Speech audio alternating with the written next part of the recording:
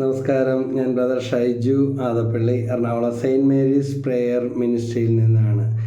Lance Armstrong എന്ന ലോകപ്രശസ്ത cycling ചാമ്പ്യനെ കുറിച്ച് ഒരുപക്ഷെ നിങ്ങൾ കേട്ടിട്ടുണ്ടാവും. കേട്ടിട്ടില്ല എങ്കിൽ കേട്ടോളൂ.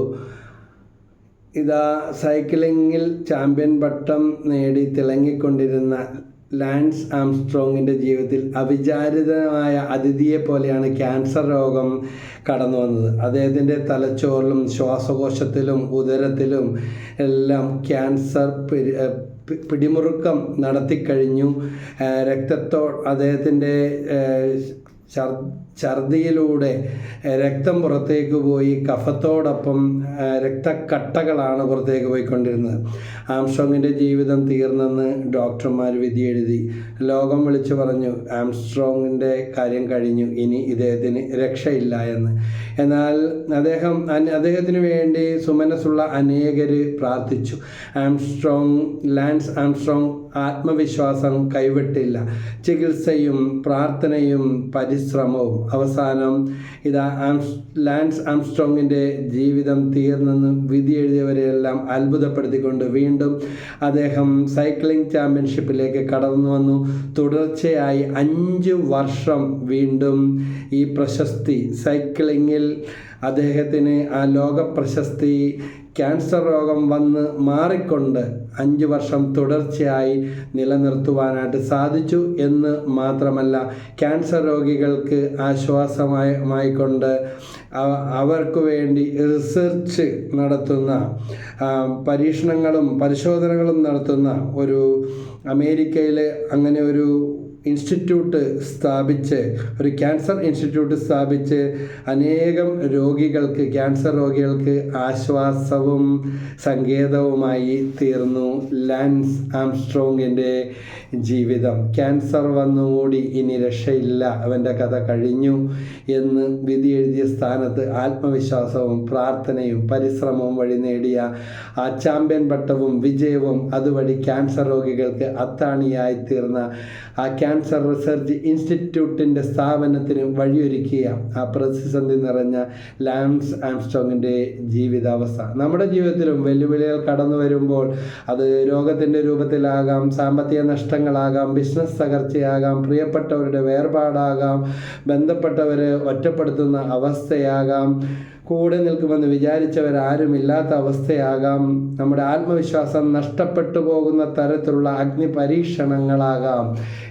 അവയിലെല്ലാം ഏതു തരം പരാജയവും പരീക്ഷണങ്ങളും നെട്ടോട്ടങ്ങളും ആകട്ടെ, അവയെല്ലാം അതിജീവിക്കുവാനുള്ള ശക്തി സൃഷ്ടാവായ ദൈവം എൻ്റെയും നിങ്ങളുടെയും ഉള്ളിൽ തന്നെ വെച്ചിട്ടുണ്ട്.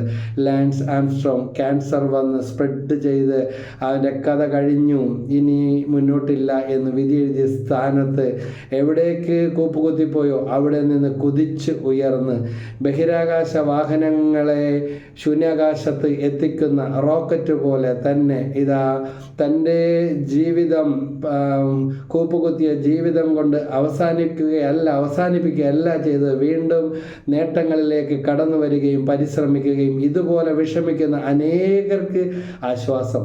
കാരണം കമൻ്റ് പറയുന്നവരും തള്ളിക്കളയുന്നവരും കളിയാക്കുന്നവരും ചുറ്റുമുണ്ടാകാം, ഇപ്പോഴും ഉണ്ടാകാം, എപ്പോഴും ഉണ്ടാകാം. യഥാർത്ഥത്തിൽ അവരാണ് ആ വെല്ലുവിളികൾ തരുന്നവരും അധിക്ഷേപിക്കുന്നവരും നമുക്ക് കരുത്താണ് എന്നുകൂടെ മനസ്സിലാക്കേണ്ടിയിരിക്കുന്നു.